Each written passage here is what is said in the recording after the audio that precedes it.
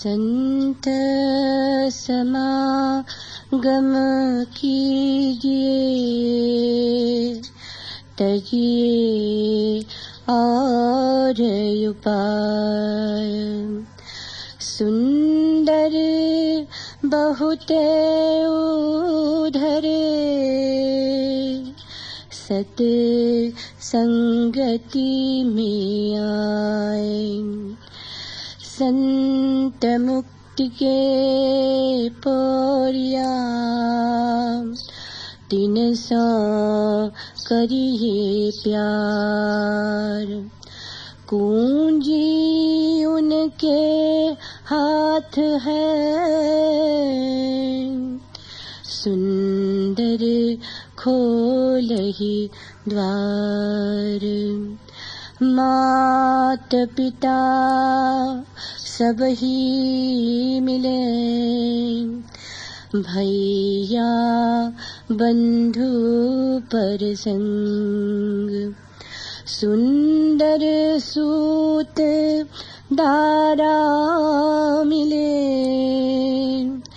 दुर्लभ है सतसंग। मद मत्सर अहंकार की, दिन ही ठौर उठाए। सुंदर ऐसे संत जन, ग्रंथनी कहे सुनाई। आए हर्षन उपजै, गए शोक नहीं होई। सुंदर ऐसे संत जन, कोटिनु माथे कोई। सुखदाई शीतल हृदय, देखत शीतल नैन। सुंदर ऐसे संत जन, बोलत अमृत बैन। क्षमावंत धीरज लिए, सत्य दया संतोष। सुंदर ऐसे संत जन, निर्भय निर्गत रोष। घर बन दो सारिखे, सबते रहत उदास। सुंदर संतनी कै नहीं, जीवन मरण की आस। धोवत है संसार सब, गंगा माहे पाप। सुंदर संतनी के चरण, गंगा बचे आप। संतनी के सेवा किए, सुंदर रीझे आप। जाको पुत्र लड़ाइए, अति सुख पावे बाप। हरि भजी बारी हरि भजूं, त्यजूं नैहर को मोहू। जीवलिनहार फटाई, एक दिन होई ही बिछोहू। आप हुआ पूजतन करूं, जो लगी बारी वैस। आन पुरुष जिनी मैट हूँ, केहू के उपदेश जब लगी हो हूँ सयानिया, तब लग रहब संहारी। केहूँ तन जिनी चितवहु, ऊंचिय दृष्टि पसारी। ये जीवन प्रिय कारण, निके राखी जुगाई। अपनो घर जिनी छोड़ हूँ, पर घर आगी लगाई। ये विधि तन मन मारे, तुई कुलतारे सोई। सुंदर अति सुख विलसई, कंत पियारी होई।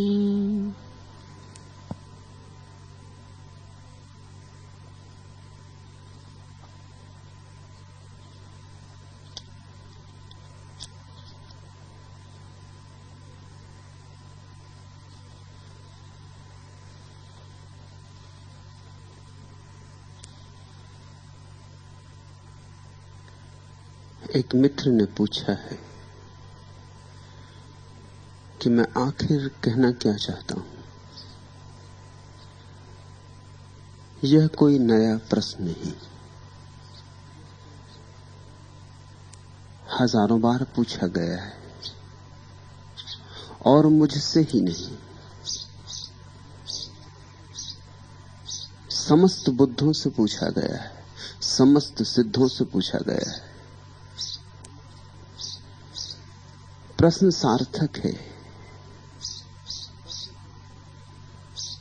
लेकिन उत्तर देना आसान भी और कठिन भी।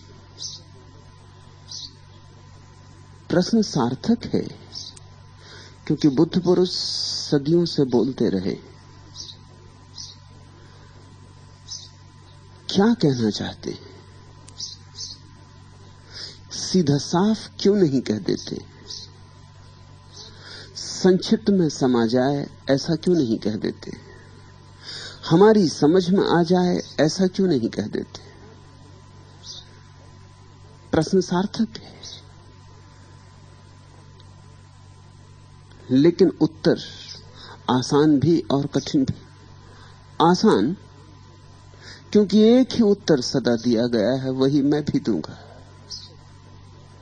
वह उत्तर है कि जो नहीं कहा जा सकता उसे कहने की चेष्टा चलती। आसान तो है, लेकिन यह भी कोई उत्तर हुआ। जो नहीं कहा जा सकता उसे कहना चाहता हूं, और जो नहीं कहा जा सकता वह नहीं ही कहा जा सकता है। फिर भी कहने की चेष्टा बंद नहीं की जा सकती। पश्चिम के एक बहुत बड़े विचारक लुडविग विटगेन्स्टीन का वचन है, जो ना कहा जा सके उसे कहना ही नहीं। विटगेन्स्टीन बड़े विचारक, तर्कशास्त्री थे और रहस्यवादी भी। That which cannot be said must not be said। कहना ही मत उसे जो न कहा जा सके।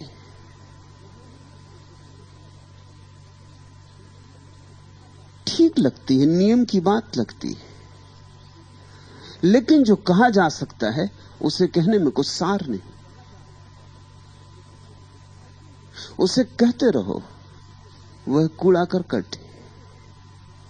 जो नहीं कहा जा सकता उसे कहने में ही कुछ सार है, क्योंकि उससे ही आदमी क्षुद्र से विराट की तरफ उठता है। उससे ही आदमी की आंखें जमीन से मुक्त होती हैं और आकाश की यात्रा पर निकलती। उससे ही मनुष्य शब्द से मुक्त होता है और शून्य में प्रवेश करता है। उससे ही एक संभावना का द्वार खुलता है जो मन का अतिक्रमण है, मन के अतीत ले जाता है। और वही है विराजमान परम प्यारा, वही है विराजमान वह जिसकी तलाश चल रही, सच्चिदानंद। कहा तो नहीं जा सकता, लेकिन उसे कहने की कोशिश में प्यास जगती। उसे कहने वाले प्यास को जगाते, कह नहीं पाते। उसे सुनने वाले सुन भी नहीं पाते, लेकिन सुनते सुनते प्यास जगती। कहने और सुनने का प्रयोजन है प्यास को प्रज्वलित करना, और प्यास ही सघन हो जाए तो प्रार्थना बनती, और प्रार्थना सघन हो जाए तो परमात्मा बनती। इसलिए फिर से दोहरा दूं, मैं वह कहना चाहता हूं जो कहा नहीं जा सकता, और भली भांति जानता हूं कि नहीं कहा जा सकता, फिर भी कहना होगा। कहना होगा इसलिए ताकि तुम उसी पर समाप्त न हो जाओ जो कहा जा सकता है, ताकि तुम वचनी पर समाप्त न हो जाओ, अनिर्वचनी में उठो, ताकि तुम सीमाओं में घिरे न रह जाओ, असीम से तुम्हारे थोड़े संबंध जुड़े। बुद्ध पुरुष कह कुछ भी नहीं पाते, इसलिए ज़ैन फकीरों में प्रसिद्ध कहावत है कि बुद्ध कुछ बोले ही नहीं। अब इससे झूठी कोई बात हो सकती? और ये वे ज़ैन फकीर कहते हैं जो रोज बुद्ध के वचनों का स्मरण करते, बुद्ध के शास्त्रों का अध्ययन करते। बुद्ध 40 वर्ष निरंतर बोले, ज्ञानोपलब्धि के बाद फिर और उन्होंने कुछ किया ही नहीं। सुबह बोले, दोपहर बोले, सांझ बोले, बोलते ही रहे। अनंत लोगों से बोले, गांव-गांव दौड़ते रहे और बोलते रहे। ज़ैन फकीरों को पता नहीं है कि बुद्ध बोले नहीं, भली भांति पता है, लेकिन उनके कहने में कुछ सार और। वे ये कह रहे हैं कि बुद्ध बोले तो बहुत, मगर बोले क्या? कह तो पाए नहीं। जो कहना था वह तो अनकहा ही रहा। तो बोले न बोले बराबर। ऐसा ही तुम मेरा बोलना जानना। मेरे बोलने में तुम्हारे भीतर प्यास जग जाए तो ही अर्थ है। मेरे बोलने से तुम्हारे भीतर ज्ञान जग जाए तो चूक गए तुम। मैं बोला और तुम थोड़े ज्ञानी होकर लौट गए, और तुमने कहा कि चलो थोड़ी बातें और जान ली,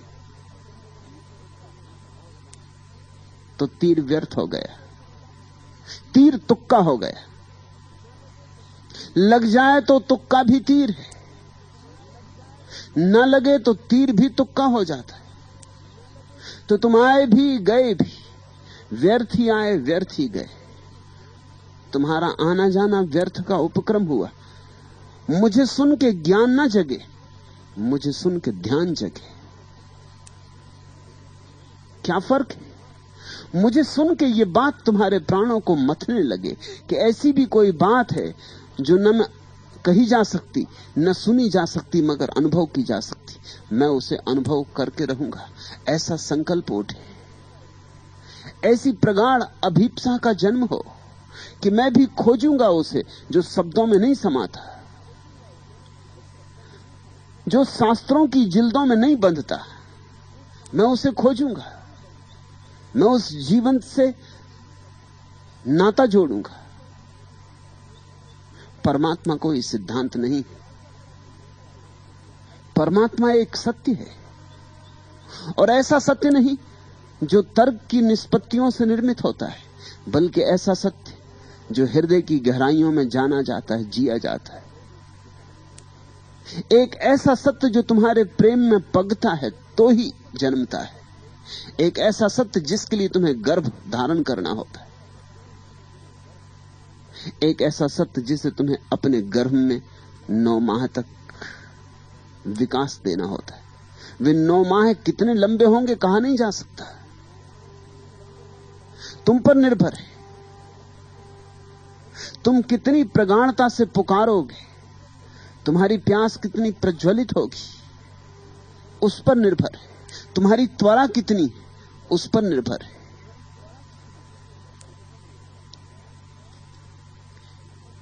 एक सुगंध के बल पर जी रहा हूं मैं।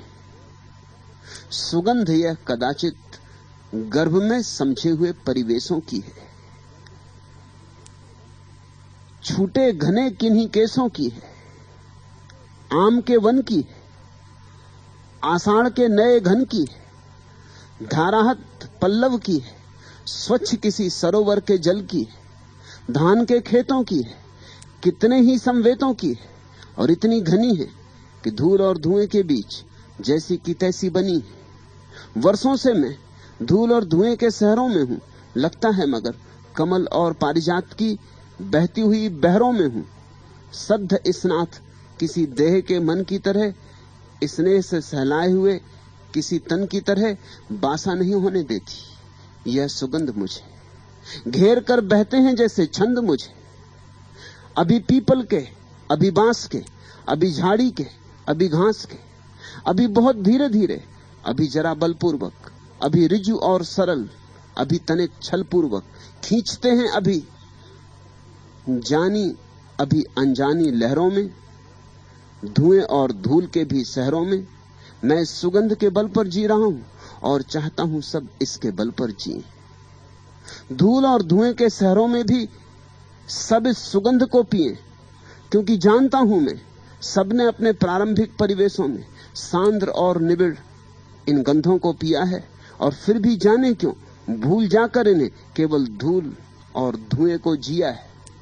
इसलिए मैंने सोचा है जैसे भी बने अंकित कर दूंगा, हवा पर ही नहीं, शहर शहर की ऊंचे से ऊंची इमारतों के अच्छे बुरे पत्थरों तक पर सुगंध के समाचार, खुशबू के शिलालेख, कि हम सब धूल और धुएं से ऊपर जब तक भी भू पर हैं, अगरू और चंदन और गुलाब और वेला का मेला भरवाते रहेंगे। घनिष्ठ से घनिष्ठ रण के क्षण में बारूद की बांस दबाएंगे, क्रोध और कोलाहल के वातावरण में गाएंगे, और गाएंगे कि आओ, अगर भरते ही हैं हम धुआं तो अगरू और चंदन का भरें। जगाएं जानी हुई सुगंधें, पुराने अपने परिवेशों की, घने छूटे केसों की, आम के वन की, आषाढ़ के घन की, धाराहत पल्लव की, स्वच्छ किसी सरोवर के जल की, धान के खेतों की, सुगंधित और शाश्वत संवेतों की। हमारे शरीर वृक्षों के तनों से कम नहीं है, हरेपन में हम विंध्या के वनों से कम नहीं है। आओ हम डाल दें अपनी जड़ें जमीन और आसमान में, झरनों की भाषा में बोलें, अक्षर सा रस घोलें दिन भर अपनी कर्मधाराओं में, और शाम हो जाए जब तो दिन भर की हमारी स्वच्छ आंखें जैसे चमकें रात भर आकाश में फैली ताराओं में। सुगंध फैलाने और टांकने का मेरा यह सपना रह न जाए केवल मेरा अपना, इतना मांगता हूं। अगर ठीक ढंग से आदिम सुगंधों की वकालत कर पाया तो मैंने सब कुछ भर पाया। तब सचमुच मुझे धन्य लगेंगे शब्दों के मेरे देवताओं के मुझे दिए हुए वरदान, अनन्य लगेंगे मुझे। फैलाना चाहता हूं मैं अंतिम रूप से गिरने के पहले, इस तारे की तरह कहो, आम के वन की तरह कहो, आषाढ़ के घन की तरह कहो, सुगंध, उजाला और आवेश फैलाना चाहता हूं मैं। इस तारे की तरह कहो, आम के वन की तरह कहो, आषाढ़ के घन की तरह कहो। मैं क्या कहना चाहता हूं वही जो आकाश में घिरे आषाढ़ के मेघ कहते हैं। ऐसी ही चेतना के मेघ भी भरते, वही जो खिले हुए कमल के फूल कहते हैं। ऐसे ही जीवन के फूल भी खिलते, वही जो आकाश में चमकते हुए तारे कहते हैं। ऐसे ही प्रत्येक के भीतर तारे दबे पड़े जो अभी चमके नहीं, या चमके भी तो तुमने उनकी तरफ पीठ कर रखी। तुम्हारे भीतर भी कमल के बीज पड़े जो अभी अंकुरित नहीं हुए, या अंकुरित भी हुए तो तुमने उनकी साज संवार नहीं की, या खिले भी तो तुम्हें उनका पता ही नहीं चला है, क्योंकि तुम अपने घर ही नहीं हो। तुम कहीं और सदा कहीं और हो। तुम यहां तो होते ही नहीं, सदा वहां होते हो। तुम्हारा मन तो दौड़ा दौड़ा, भागा भागा, आपाधापी में। तुम्हें सुध कहां कि भीतर झांक कर देखो कैसे कमल वहां है। तुम्हें सुध कहां कि थोड़ा ठहरो और रुको और भीतर का संगीत सुनो। भीतर की कोयल भी बोलती, भीतर भी बड़ी चहचहाहट है। संतों ने उसे अनाहत नाद कहा है। वहां ओंकार का नाद चल रहा है। एक ओंकार सतनाम। वहां मंत्र दोहराने नहीं होते, वहां मंत्र अपने आप गुंजायत हो रहे।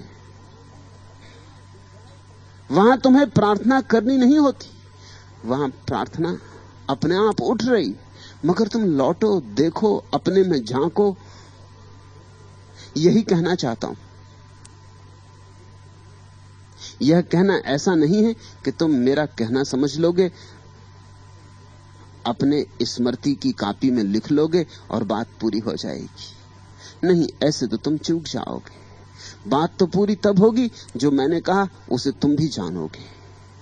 जानकारी ना बने, यह तुम्हारा जानना बने। मेरे अनुभव के तुम भी साक्षी बनो, गवाह बनो।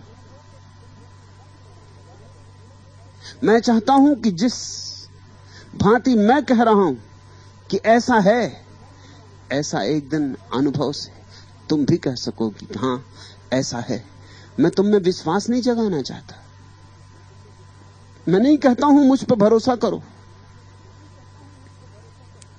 मैं कहता हूं मुझसे केवल चुनौती लो। मैं पुकारता हूं कि एक शिखर है जो पार करना है, जो चढ़ना है, जिसको बिना चढ़े तुम आत्मवान ना हो सकोगे। चुनौती लो। एक सागर है जो तरना है, जिसे तरे बिना तुम इसी तट पर रहे तो व्यर्थ ही रह जाओगे, व्यर्थ ही हो जाओगे। छोड़ो अपनी नौका को उस दूर अज्ञात में छिपे तट की तलाश में। यात्रा कठिन है, दुर्गम है, दुर्घटनाओं से भरी है, पर इसी यात्रा की चुनौती को स्वीकार करने वाला व्यक्ति आत्मवान हो पाता है। नहीं तो लोग पोच रह जाते, नपुंसक रह जाते। जैसे शरीर नपुंसक हो सकता है, वैसे ही लोगों की आत्मा नपुंसक हो सकती। और जिन्होंने भी परमात्मा की खोज शुरू नहीं की, उनकी आत्मा नपुंसक रह जाती। उसमें बल नहीं होता, उसमें धार नहीं होती, उसमें जीवन की तीक्ष्णता नहीं होती। और ना ही कभी ऐसा अनुभव होता है कि हम धन्य भागी, ना ही कभी ऐसा लगता है कि झुके और परमात्मा को धन्यवाद दे कि कितना तूने दिया। कैसे झुके, कैसे धन्यवाद दे? कुछ मिला ही नहीं हो तो धन्यवाद किस बात का, आभार किस बात का प्रकट करें?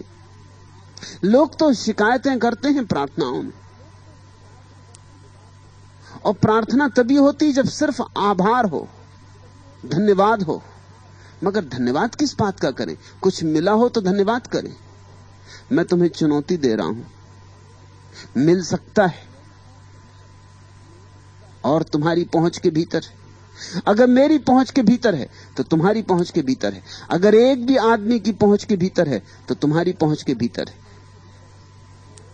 अगर बुद्ध ने पाया तो तुम पा सकते हो। अगर सुंदरदास ने पाया और सुंदर हो गए, परम सुंदर हो गए, तुम भी हो सकते हो। कबीर ने पाया या नानक ने, तो तुम भी पा सकते हो। अगर पूरे मनुष्य जाति के इतिहास में एक आदमी ने भी पाया हो तो सारे मनुष्य पाने के हकदार हो गए। अगर एक बीज टूटा और फूल बना तो सब बीज हकदार हो गए। बने या ना बने ये उनकी बात, बनने का निर्णय लें या ना लें ये उनकी बात। आखिर डर क्या है? बीज फूल क्यों नहीं बनना चाहते? एक ही डर है, बीज को वृक्ष बनने के पहले मिटना पड़ता है। तो मैं तुम्हें मिटना सिखाता हूं, मैं तुम्हें स्वेच्छा से मरना सिखाता हूं, क्योंकि तुम स्वेच्छा से मरोगे, तुम जैसे हो ऐसे मरोगे, तो तुम वैसे हो जाओगे जैसे तुम्हें होना चाहिए। यह जो मैं तुमसे यहां रोज रोज कहता हूं, कोई दर्शन शास्त्र नहीं, कोई फलसफा नहीं,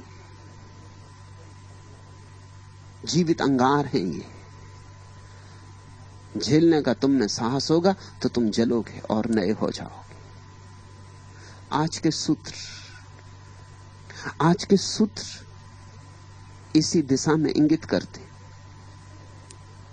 संत समागम कीजिए, तजिए और उपाय, सुंदर बहुते उद्धरे सत्संगति में आई। संत समागम कीजिए। संत का अर्थ होता है वह जिसने पाया। क्या पाया? जो उसकी अंतर्निहित संभावना थी वह वास्तविकता हो गई, यह पाया। जो वह हो सकता था अपनी पराकाष्ठा में हो गया, यह पाया। तुम्हें कुछ और नहीं होना है, तुम्हें वही होना है जो तुम हो सकते हो, जो तुम्हारी नियति और तुम्हारा स्वभाव। महावीर ने कहा बत्थु सहावो धम। वस्तु का स्वभाव धर्म है। इतनी प्यारी व्याख्या धर्म की और किसी ने भी नहीं की। जो तुम्हारा अंतरतम स्वभाव है वही, बस उसी को पा लेना है। बीज जब टूटता है और वृक्ष बनता है और हजार हजार फूल खिलते हैं, तो क्या तुम सोचते हो बीज कुछ और हो गया? नहीं, बीज वही हो गया जो हो सकता था। ये फूल उसमें छिपे पड़े थे, अदृश्य थे, प्रकट हुए। अगोचर थे, गोचर हुए। शून्य में दबे पड़े थे, पूर्ण में प्रकट हुए। ऐसे ही तुम्हारा स्वभाव अभी अगोचर है, अभी पड़ा है। तुमने उसे निखारा नहीं, तुमने उसे संवारा नहीं, तुमने साज संभाल नहीं की, तुमने पानी नहीं डाला, तुमने खाद नहीं दी, तुमने बागुड़ नहीं लगाई, तुमने सुरक्षा नहीं की। तुम्हें याद ही नहीं कि तुम क्या हो सकते हो। जैसे एक हीरा पत्थरों में पड़ा पड़ा सोचने लगे कि मैं भी पत्थर हूं।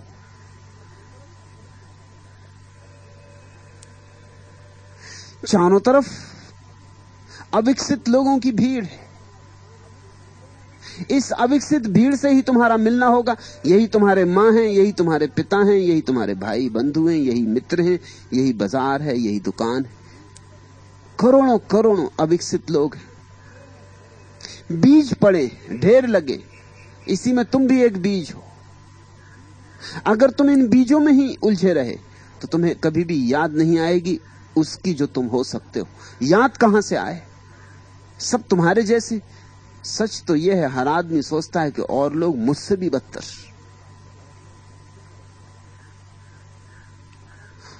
इसलिए तो लोग रस लेते निंदा में। निंदा के रस का मनोविज्ञान है।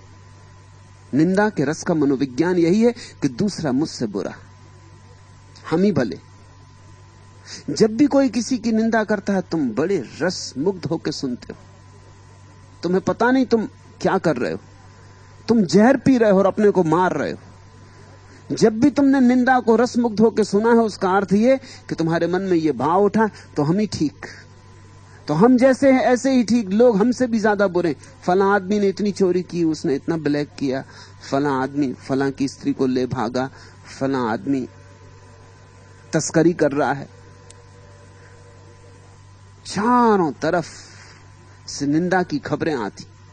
सब शैतान है। इन शैतानों की तस्वीरें तुम्हारी आंखों के सामने जितनी घूमने लगती, उतना ही तुम्हें लगता है तुलना में कि मैं साधु पुरुष, छोटी मोटी भूल करता हूं, मगर मेरी भूलों का क्या है। यहां तो बड़े बड़े पड़े, मैं तो ना कुछ हूं। मैं ठीक ही हूं जैसा हूं, जितना हूं इतना ही रह जाऊं तो काफी। आगे जाने की तो बात दूर। तुम जहां हो वहीं निश्चिंत होने लगते हो। तुम जहां हो वैसे ही रह जाओ, ये भाव उठने लगता है। तुम्हारे भीतर चुनौती नहीं जगती। चुनौती कहां जगेगी? जब किसी बुद्ध या सिद्ध के पास आओगे, जहां तुम्हें कोई ज्योति जलती हुई दिखाई पड़ेगी और उसकी तुलना में अपना दिया बुझा मालूम पड़ेगा। पीड़ा होगी। इसी पीड़ा से बचने के लिए लोग संत समागम नहीं करते, बचते, हजार बहाने खोज लेते। बहाने खोजने की कोई सीमा नहीं। तुम जितने बहाने खोजना चाहो खोज सकते हो।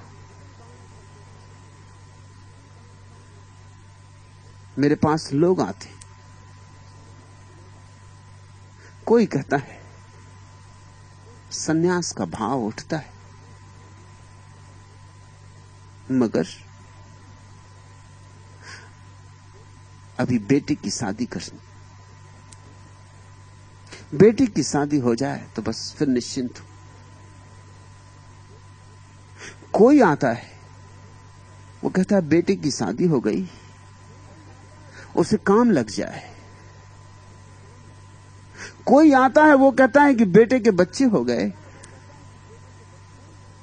बेटा तो काम में उलझा रहता है, उसके बच्चों की साल संभाल हमारे हाथ में, वे जरा बड़े हो जाएं।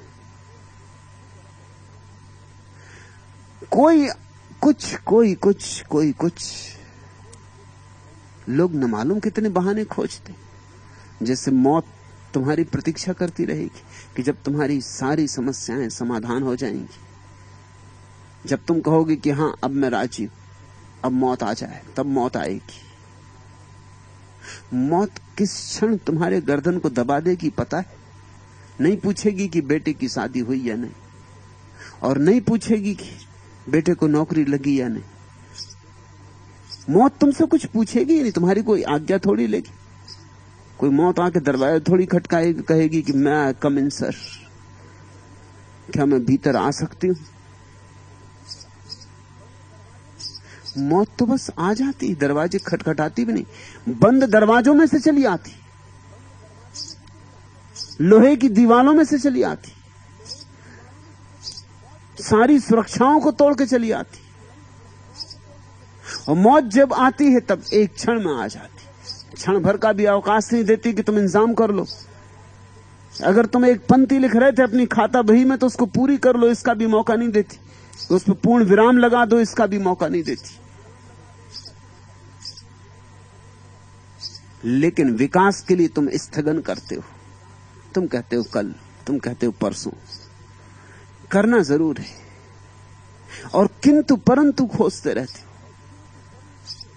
कैलाश ने एक प्रश्न पूछा हुआ है, सन्यास प्रश्नवाचक चिन्ह लगाया हुआ है, फिर किंतु परंतु।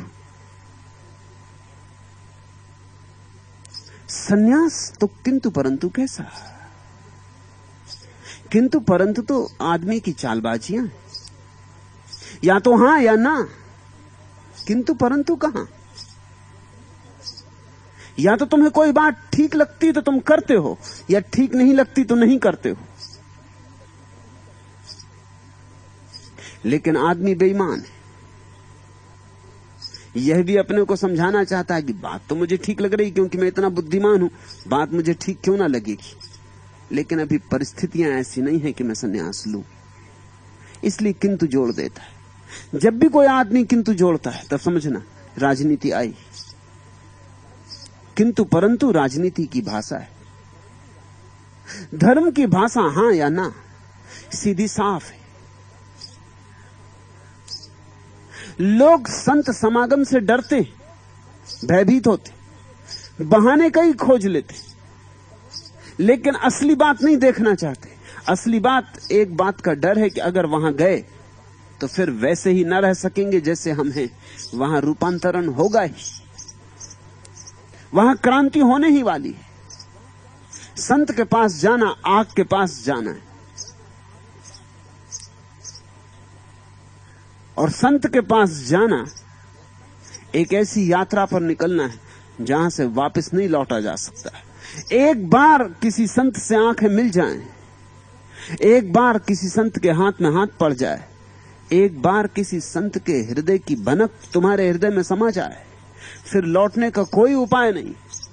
जन्मों जन्मों तक वे आंखें तुम्हारा पीछा करेंगी और तुम्हें पुकारेंगी, और जन्मों जन्मों तक वह भीतर जो थोड़ी सी संगीत की लहर पहुंची थी तुम्हें मथेगी।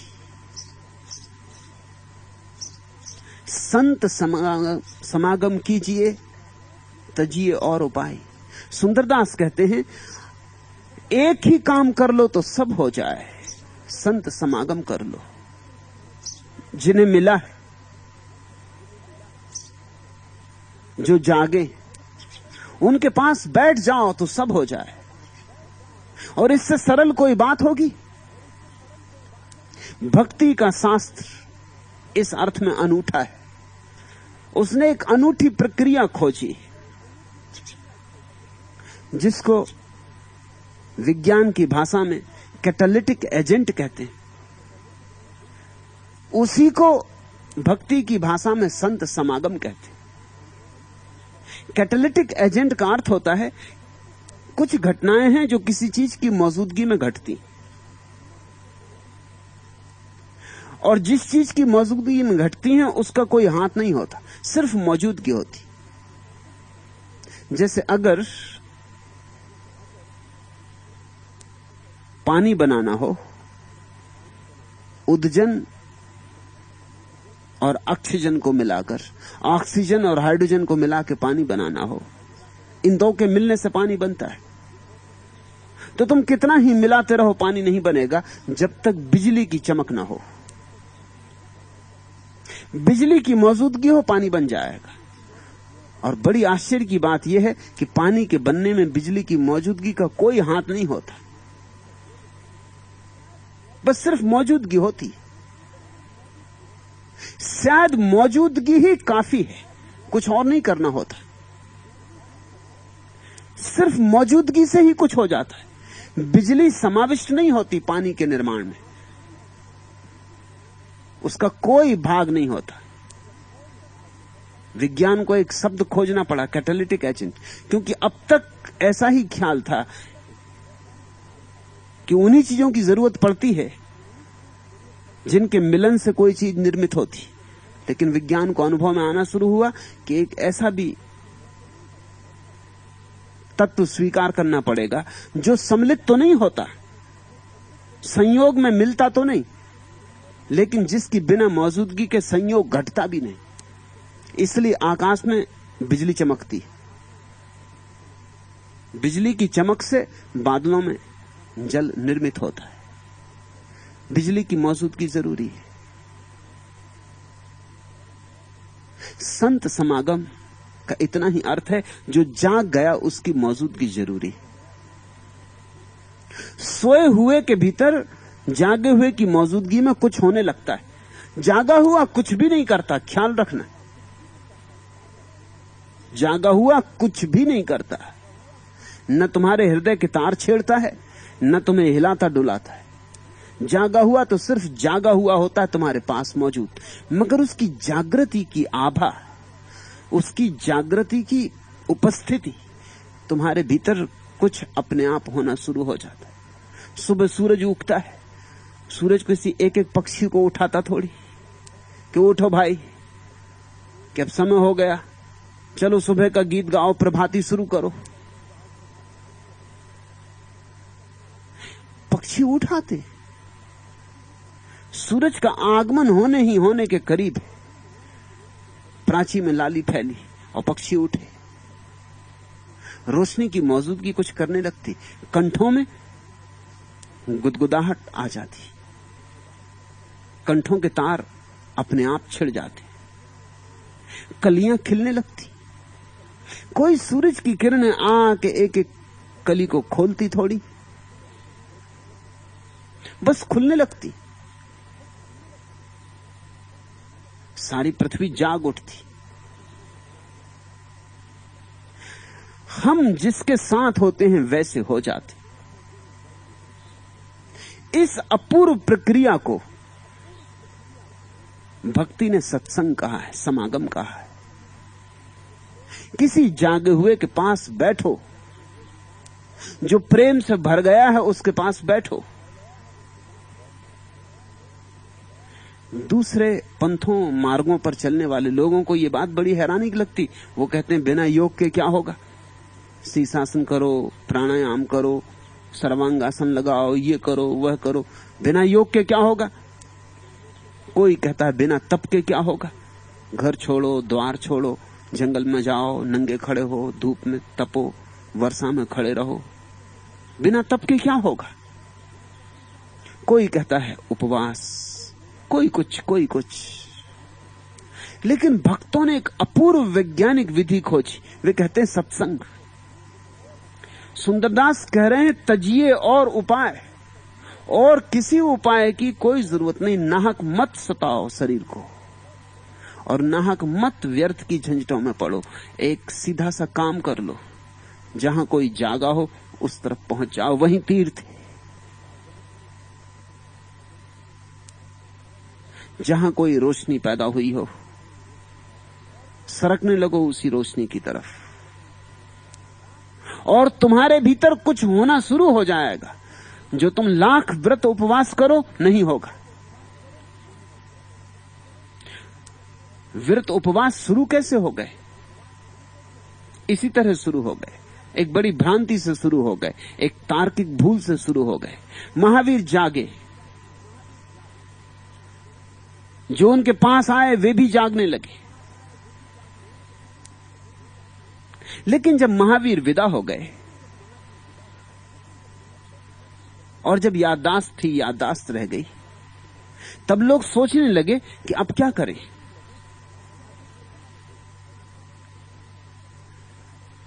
महावीर के पास जो घट रहा था उसका शास्त्र लोगों ने निर्मित किया। तो उन्होंने सोचा महावीर कैसे उठते थे, कैसे बैठते थे, क्या खाते थे, क्या पीते थे, कैसे चलते थे, कैसे सोते थे, सारा ब्यौरा लिख डाला। लोगों ने सोचा कि ठीक ऐसा हम भी करेंगे तो हम भी जाग जाएंगे। महावीर के पास जो घटना घट रही थी वो सत्संग के कारण घट रही थी, न तो महावीर के नग्न होने के कारण घट रही थी। ख्याल रखना, नहीं तो कृष्ण के पास नहीं घट सकती थी, बुद्ध के पास नहीं घट सकती थी, क्योंकि वो तो वस्त्र पहने हुए थे। महावीर के पास जो घटना घट रही थी वो उनके उपवास के कारण नहीं घट रही थी, क्योंकि ऐसे संत हुए जिनके पास वही घटना घटी और जिन्होंने उपवास इत्यादि किया ही नहीं। महावीर के पास जो घटना घट रही थी वो उनकी तपश्चर्या के कारण नहीं घट रही थी कि वे जंगल में खड़े थे, धूप ताप में खड़े थे। वह घटना घट रही थी महावीर के भीतर जो जागरण हुआ था उसके कारण, वो जो ध्यान का दिया जला था उसके कारण। मगर ध्यान का दिया तो अदृश्य है, वह तो उनको दिखाई पड़ता है जो सत्संग में डूबते।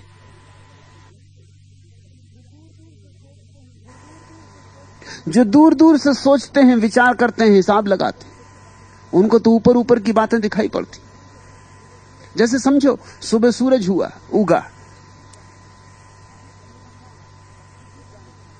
पक्षी गीत गाने लगे। एक अंधा आदमी जिसको सूरज का उगना दिखाई नहीं पड़ता, वो सोचेगा मामला क्या है, हिसाब लगाएगा, पूछेगा कि भाई घड़ी में इस वक्त कितना बजा है।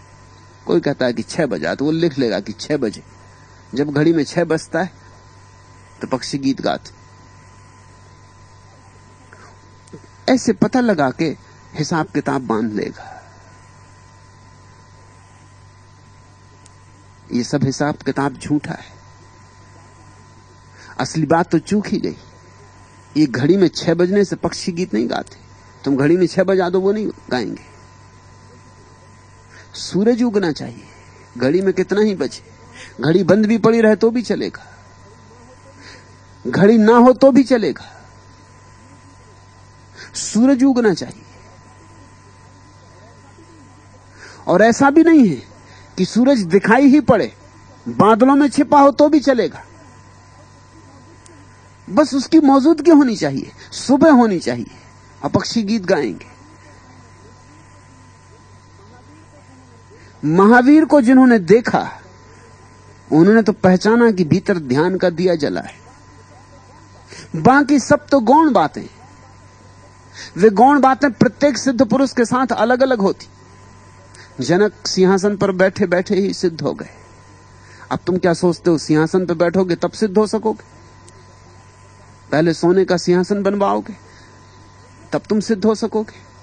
तो तुम पागलपन में पड़ जाओगे। ये संयोगिक बात है। बुद्ध बोधि वृक्ष के नीचे बैठे थे तब सिद्धत्व उपलब्ध हुआ। क्या तुम सोचते हो बोधि वृक्ष के नीचे बैठने से तुम सिद्ध हो जाओगे? तो जगह जगह बड़ और पीपल के वृक्ष में बैठो। कई लोग बैठ भी रहे, कुछ नहीं होता। कोई बोधि वृक्ष के नीचे बैठने से थोड़ी बुद्ध हो जाएगा। बुद्धत्व घटा उस घड़ी में, यह संयोग की बात है कि वे बोधि वृक्ष के नीचे बैठे थे। महावीर किसी वृक्ष के नीचे नहीं बैठे थे जब घटा। उकड़ू बैठे थे, कोई ढंग का आसन भी नहीं लगाए हुए थे। आदमी पद्मासन में बैठता है, सिद्धासन में बैठता है, उकड़ू ये भी कोई ढंग हुआ? मगर महावीर मस्त आदमी, पता नहीं क्या कर रहे थे उकड़ू बैठे। जैन शास्त्रों को संकोच होता लिखने में उकड़ू, क्योंकि उकड़ू लिखो ये कोई जस्ती नहीं बात। तो उन्होंने उसके लिए अच्छा शब्द खोज लिया। अच्छे शब्द खोजने में भारतीयों का कोई मुकाबला नहीं। उन्होंने नाम दिया गौ दोहासन। जैसे जब गऊ को दोहते, अब उकड़ू बैठे हैं, सीधा साफ ना कहोगे। अब महावीर क्या गऊ को दोहने का उनसे संबंध? कभी गऊ दोही थी महावीर ने कि गऊ दोहासन? मगर उकड़ू कहना जरा अजीब सा लगेगा और शक सुबह पैदा होगा कि महावीर कर क्या रहे थे। अब तुम उकड़ू बैठ जाओ या गऊ दोहासन में बैठ जाओ तो इससे कुछ ध्यान नहीं हो जाएगा। ये संयोग की बात है। ध्यान हर हालतों में घटा है। उपवास करने वालों को घटा है, नहीं उपवास करने वालों को घटा है। शाकाहारियों को घटा है, गैर शाकाहारियों को घटा है। जवानों को घटा है, बूढ़ों को घटा है। सुंदर लोगों को घटा है, कुरूप लोगों को घटा है।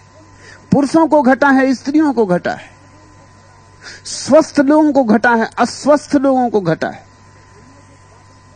संयोगिक बातों की चिंता मत करो, मूल को पकड़ो। भक्तों ने मूल को पकड़ा। उस मूल को वे नाम देते हैं संत समागम। जहां कोई जागा हुआ आदमी हो फिर छोड़ना मत मौका, फिर पकड़ लेना उसका आंचल, फिर बन जाना उसकी छाया। फिर जितना मौका मिल जाए उसकी मौजूदगी में डुबकी लगाने का, उतनी डुबकी लगाना। उन्हीं डुबकियों से तुम तर जाओगे। संत समागम कीजिए, तजिए और उपाय। ये हिम्मत की बात सुनते हो? सुंदरदास कहते हैं तजिए और उपाय, और सब उपाय छोड़ दो, एक सद्गुरु की चरण पकड़ लो। सुंदर बहुते उद्धरे सत्संगति में आए। अब तक जो भी उद्धरे हैं, अब तक जिनका भी उद्धार हुआ है, ऐसे ही हुआ है, सत्संगति में हुआ है। सत्संगति में ही स्मरण आना शुरू होता है कि मैं क्या हो सकता हूं। बुद्धों के पास ही अपनी ऊंचाइयों की स्मृति आनी शुरू होती है कि ये मेरी भी ऊंचाइयां हैं, इन शिखरों पर मैं भी हो सकता हूं। बुद्धों के पास आके ही पता चलता है कि नीला आकाश मेरा भी है, मैं भी पंख फैलाऊं, मैं भी अपने डैने फैलाऊं, मैं भी उड़ूं। बुद्धों को उड़ते देखकर तुम्हारे पंख भी फड़फड़ाने लगते, जो सदियों से ऐसे पड़े हैं जैसे हो ही ना, तुम भूल ही गए हो। बुद्ध तुम जैसे ही तो होते, तुम्हारा जैसा ही नाक नक्शा, तुम्हारे जैसा ही उठना बैठना, तुम्हारे जैसी ही देह, सब कुछ तुम्हारे जैसा होता है और कुछ तुम्हारे जैसा नहीं होता। बस वही क्रांति घटती। सब मेरे जैसा है और इस सब मेरे जैसे में कुछ ऐसा भी है जो मेरा जैसा नहीं है। तो कहीं ये हीरा मेरे भीतर भी ना पड़ा हो। एक दिन इनको भी इसका पता नहीं था, मुझे भी आज पता नहीं। बुद्ध ने कहा है अपने शिष्यों को कि तुम जैसे हो ऐसा ही मैं एक दिन था, और मैं जैसा हूं ऐसे ही तुम एक दिन हो सकते हो।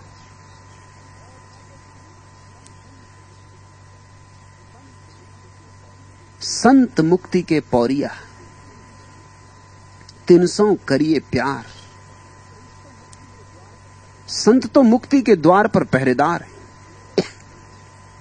इनसे अगर प्रेम हो जाए तो ये तुम्हारे लिए द्वार खोल दे।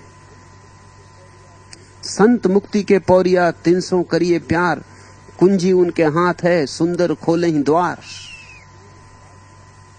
जिन्होंने पा लिया है वे द्वार पर ही, वे प्रभु के पास है। एक तरफ से तुम्हारे पास है, देह की तरफ से तुम्हारे पास है, आत्मा की तरफ से परमात्मा के पास है। वे द्वार पर खड़े, वे तुम्हें और परमात्मा को जोड़ने का सेतु बन सकते। आवरण कुछ बड़ा नहीं है तुम में और परमात्मा के बीच में, जरा सा है। जीना जीना है, जरा में हट जाए। चीजों के और मेरे बीच आवरण आ जाता है एक, और जब जब आ जाता है यह आवरण, वे मुझे दिखती ही नहीं। दिखती भी हैं तो एक आभास की तरह, धरती के भीतर की उस सुवास की तरह जो पानी बरसे तक अपना पता नहीं देती।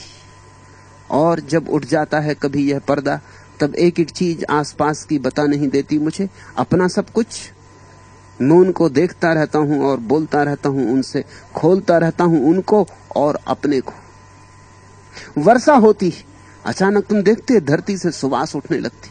ये सुवास पड़ी ही थी धरती में, वर्षा इसे लेकर नहीं आई है। जल के हाथ को लेकर जल में अंजलि में भरकर सूंघो, कोई गंध नहीं है। जल गंध लेकर नहीं आया है, गंध तो धरती में ही पड़ी थी, धरती को भी पता नहीं था। लेकिन वर्षा हुई तो सुवास उठी। आषाढ़ की पहली पहली वर्षा में पृथ्वी से उठती हुई गंध सो और सुंदर क्या है। संत समागम में जब तुम्हारे भीतर से पहली दफा गंध उठनी शुरू होती, तभी तुम्हें पता चलता है कि मैं कितना बड़ा खजाना लिए चल रहा हूं। मुझे इसका कुछ एहसास नहीं था, आभास भी नहीं था। संत मुक्ति के पौरिया, 300 करिए प्यार, कुंजी उनके हाथ है, सुंदर खोले द्वार। परमात्मा की प्रार्थना तो कठिन है। कठिन इसलिए है कि दिखाई भी नहीं पड़ता, उससे बात भी करें तो कैसे करें, न उसकी तरफ से कोई उत्तर आता मालूम पड़ता।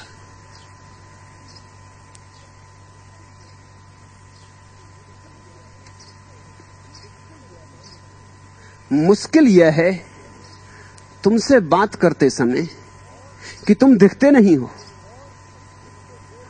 और जिससे बोल रहे हैं हम, अगर वह दिखता नहीं है तो उत्साह बात करने का ठंडा पड़ जाता है। अंदाज तो लगना चाहिए कि हम जो कुछ कह रहे हैं वह सुना भी जा रहा है या नहीं। सुना जा रहा है अगर, तो अच्छा या बुरा कोई ना कोई उसका असर सुनने वाले पर पड़ रहा है या नहीं। तो यह मेरी मुश्किल अगर हो तुम कहीं तो किसी तरह हल करो। यानी जब लगे तुम्हें कि कुछ ठीक कह रहा हूं तो एकाएक खिला दो मेरे पास के पौधे पर एक हंसता हुआ फूल, और जब लगे मैं बहक रहा हूं तो कह दो किसी अपने पंछी से उड़कर मेरे सिर पर से थोड़ा सा चहक जाए। और लगे कि ऐसी बातें मुझे करनी ही नहीं चाहिए तो तेज कर दो मेरे ऊपर पड़ रही धूप को। इसी तरह समझ लिया करूंगा मैं तुम्हारे प्रसन्न या अप्रसन्न या सावधान करने वाले रूप को। परमात्मा से बात कैसे हो? हम कहे चले जाते हैं, कोरा आकाश सुने चला जाता है, न कोई उत्तर आता, न कुछ पता चलता कि हमारी बात पहुंची भी या नहीं पहुंची, हमारी बात का कोई परिणाम भी हुआ या नहीं, दूसरी तरफ कोई है भी या नहीं।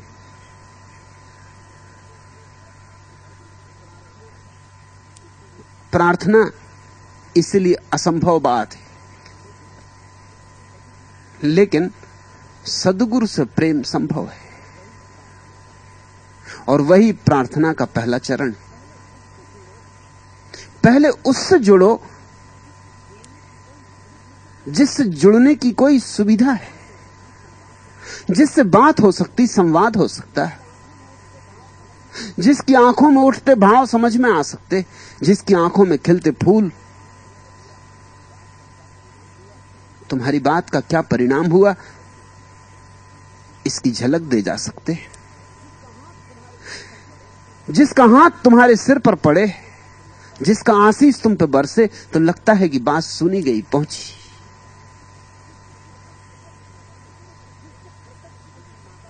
जिससे प्रत्यक्ष कुछ नाता हो सके। सद्गुरु से प्रेम का अर्थ होता है हमने परमात्मा की तरफ पहला कदम उठाया। अभी तो हम परमात्मा को भी रूप में चाहेंगे, आकार में चाहेंगे, सगुण चाहेंगे। तुम देखते हो ना, सारी दुनिया में ज्ञानियों ने निर्गुण की बात की है, लेकिन फिर भी मंदिर बनते, मूर्तियां स्थापित होती, सगुण मिटता नहीं। ज्ञानी लाख सिर पटकें कि परमात्मा निर्गुण, सगुण की भक्ति जारी रहती। इसके पीछे एक मनोवैज्ञानिक कारण है। निर्गुण की बातचीत से संबंध नहीं जुड़ता आदमी का, वो पत्थर की मूर्ति बना लेता। कोई तो हो जिससे बात हो सके। पत्थर की मूर्ति के आसपास नाच लेता है, इतना तो एहसास होता है कि चलो हम किसी के पास नाचे। पत्थर की मूर्ति की आरती उतार लेता है, फूल चढ़ा देता है, सिर झुका लेता है। मनुष्य स्थूल है, उसे कुछ स्थूल चाहिए, लेकिन पत्थर की मूर्ति से कुछ हल ना होगा। पत्थर की मूर्ति को भी तुम गौर से देखोगे तो वो भी कोई उत्तर नहीं देती। आंखें उसकी पथराई हैं, सो पथराई। पत्थर की मूर्ति भी तुम्हारा कुछ सुनती नहीं। पत्थर की मूर्ति से भी कोई प्रत्युत्तर नहीं आता, ना आ सकता है। गुरु निर्गुण और सगुण के बीच में खड़ा है। उसका कुछ हिस्सा सगुण है, कुछ हिस्सा निर्गुण है। कुछ तुमसे जुड़ा है, कुछ परमात्मा से। एक हाथ तुम्हारे हाथ में, एक हाथ परमात्मा के हाथ में। तुम्हें तो परमात्मा दिखाई नहीं पड़ता, लेकिन गुरु का जो एक हाथ दिखाई पड़ता, अगर तुम पकड़ लो तो तुम्हारा भी हाथ अनजाने ही परोक्ष रूपेण परमात्मा के हाथ में पड़ गया। क्योंकि गुरु का हाथ परमात्मा के हाथ में, गुरु सेतु है। मात पिता सभी मिले, भैया बंधु प्रसंग, सुंदर सुख दारा मिले, दुर्लभ है सत्संग। इस संसार में अगर कोई चीज सर्वाधिक कठिन है, सर्वाधिक दुर्लभ, तो कोहिनूर नहीं, सत्संग। कई कारणों से कठिनाई है। पहली कठिनाई, करोड़ों में से एकाध उसे खोजता है, और करोड़ों खोजने वालों में से एकाध उस तक पहुंचता है। पहली कठिनाई। दूसरी कठिनाई, जो पहुंचता है उसके वक्तव्य, उसकी प्रतीतियां, उसकी गवाहियां शास्त्रीय नहीं होती, परंपरागत नहीं होती। उसकी अभिव्यक्ति मौलिक होती। मौलिक होने के कारण लोगों की समझ में नहीं आती। लोग अपने शास्त्र, अपनी परंपरा को समझते। अब कृष्ण हिंदू थोड़ी होते, बुद्ध बौद्ध थोड़ी थे, या तुम सोचते हो मोहम्मद मुसलमान थे, या तुम सोचते हो जीसस ईसाई थे। जीसस जब पैदा हुए तो उन्होंने जो कहा, यहूदी नाराज हो गए। यहूदी घर में पैदा हुए थे, यहूदी चाहते थे कि ठीक यहूदी प्रक्रिया और परंपरा को दोहराएं वे, लेकिन इस जगत में जिसको भी सत्य मिलता है वो किसी की परंपरा नहीं दोहरा सकता। उसकी निष्ठा सत्य के प्रति होती, परंपरा के प्रति नहीं होती। उसका सीधा संबंध परमात्मा से होता है। वह जो कहता है वह स्वयं थोड़ी कहता है, परमात्मा जो उससे बुलाता है वही कहता है। और दुनिया तो बदलती जाती, और परमात्मा तो दुनिया की भाषा में बोलता है। जब जैसी दुनिया होती है उस भाषा में बोलता है। ऐसा थोड़ी कि अब कृष्ण पैदा होंगे तो संस्कृत में ही बोले चले जाएंगे। तुम सोचते हो संस्कृत में बोलेंगे? अब कृष्ण पैदा होंगे तो तुम्हारी भाषा में बोलेंगे। सुंदरदास ने तुम्हारी भाषा में बोला, कबीर ने तुम्हारी भाषा में बोला। लेकिन कबीर के जमाने में भी जो पंडित था, पुराणपंथी था, वो संस्कृत ही बोल रहा था। जीसस अरेमैक भाषा में बोले, जो लोगों की भाषा थी, लेकिन जो पंडित था वो हिब्रू में बोल रहा था।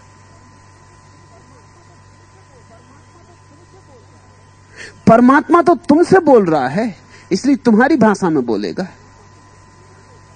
और परमात्मा तो नित्य नूतन नया है, प्रतिपल नया है। इसी तरह तो वह शाश्वत रूप से युवा है, स्वच्छ, निर्मल है। तो दूसरी कठिनाई, जब भी कोई साक्षात करने वाला व्यक्ति बोलता है तो किसी परंपरा से मेल नहीं खाता। और तुम सब परंपराओं के आदी हो। तुम चाहते हो तुम्हारी परंपरा से मेल खाए तो सत्य। तुम्हारी परंपरा से सिर्फ मुर्दे मेल खाते, पंडित मौलवी मेल खाते। बड़ी अड़चन आ गई तो तुम संत के पास जाओ कैसे? तुम अगर जैन हो तो तुम जैन मुनि के पास जाओगे। तुम उस मुनि के पास जाओगे जो तुम्हारी परंपरा की लीक को, लकीर को मान के चलता है। और उस लकीर को मान के चलने वाले लोग मुर्दा ही हो सकते। लकीरें मान के कोई ज्ञानी चलता नहीं। ज्ञानी लीक के फकीर नहीं होते, लकीर के फकीर नहीं होते। जो तुम्हारी लकीरें मान के चलते हैं वो तुम्हारे ही जैसे, उनमें कुछ भेद नहीं, मगर उनकी बात तुम्हें जचेगी क्योंकि तुमसे मेल खाएगी, तुम्हारे अहंकार को तृप्ति देगी। ज्ञान का अवतरण जब भी होगा, जब भी कोई वस्तुतः संत होगा, तो सभी उससे नाराज होंगे, सिर्फ उन थोड़े से लोगों को छोड़कर जिनकी प्यास इतनी है कि वे परंपरा को त्यागने को तैयार हैं मगर प्यास को त्यागने को तैयार नहीं। जिनकी परंपरा इतनी मूल्यवान नहीं जिन्हें मालूम होती जितना परमात्मा, शास्त्र जिन्हें इतना मूल्यवान नहीं मालूम होता जितना सत्य। तो बहुत थोड़े से लोग खोज पाएंगे, अधिक लोग तो पंडित पुजारियों के आसपास ही भटकते रहेंगे और समाप्त हो जाएंगे। फिर तीसरी और सबसे बड़ी कठिनाई, एक तो संत बहुत मुश्किल, फिर उसकी मौलिकता, उसकी क्रांति बाधा बनती, और तीसरी बात, उसके पास जाओ तो मरना पड़ता, मिटना पड़ता, समर्पित होना होता। उससे कम में काम नहीं चलता, उसके साथ समझौते नहीं हो सकते, उससे तुम ये नहीं कह सकते कि थोड़ा थोड़ा, या तो इस पार या उस पार।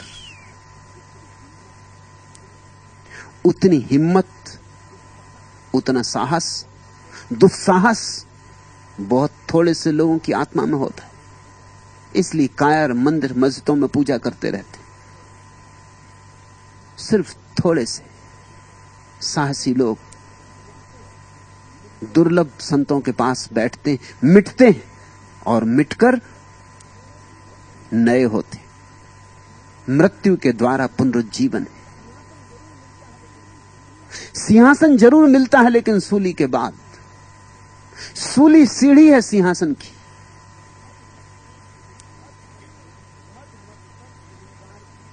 मद मत्सर अहंकार की दीनी ठौर उठाई, सुंदर ऐसे संत जन ग्रंथन कहे सुनाई। संत कौन है? जिसने मद मत्सर अहंकार की ठौर को मिटा दिया, आवास मिटा दिया, जिसने उनकी बुनियाद गिरा दी। कहां है बुनियाद? मैं भाव में बुनियाद है, मैं हूं, यही बुनियाद है सारे मद मत्सर अहंकार काम क्रोध लोभ की। संत हम उसे कहते हैं जिसमें मैं भाव ना रहा, जिसमें परमात्मा भाव का उदय हुआ। संत कहता है मैं नहीं हूं, तू है। इसलिए कभी कभी संत की भाषा में तुमको बड़ी हैरानी होगी। कृष्ण ने कहा सर्वधर्मान परित्यज्य मामेकम शरणं व्रज, सब छोड़ छाड़, सब धर्म इत्यादि मेरी शरण आ। अब इससे ज्यादा अहंकार की और क्या बात होगी? अगर कोई तुमसे ऐसा कहेगा कि छोड़ो छाड़ो सब, मेरी शरण आओ, मैं मुक्तिदाता, मैं तुम्हें पार ले जाऊंगा, तो स्वभाव तो तुम्हें लगेगा ये कैसे अहंकार की बात हो रही। मगर ये अहंकार की बात नहीं हो रही, क्योंकि कृष्ण तो बिल्कुल मिट चुके हैं। कृष्ण तो है ही नहीं, ये तो परमात्मा बोल रहा है।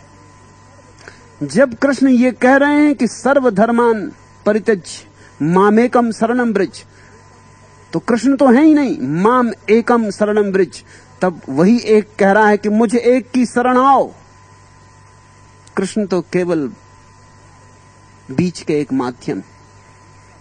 कृष्ण के ओंठों का, जीभ का, कंठ का उपयोग किया जा रहा है, कृष्ण बोल नहीं रहे। जब जीसस कहते हैं I am the way,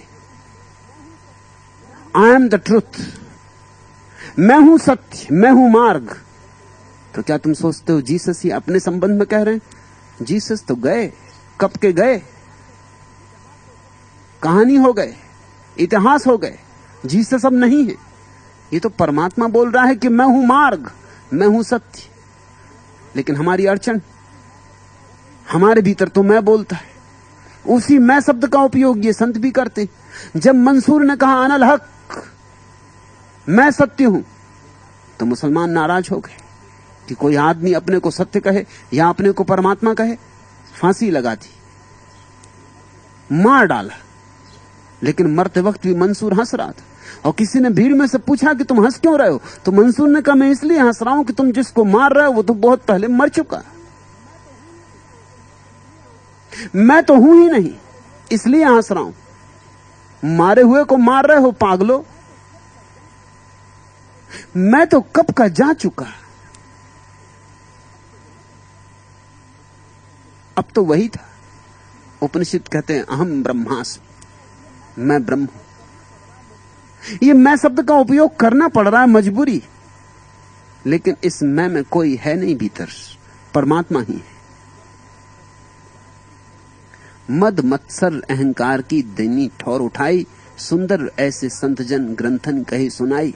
Sundardas कहते हैं ग्रंथों ने जिन संतों की चर्चा की है, सारे ग्रंथ इन्हीं संतों की चर्चा से भरे। तुम ग्रंथों की पूजा कर रहे हो, और ग्रंथ कहते हैं संतों को खोजो,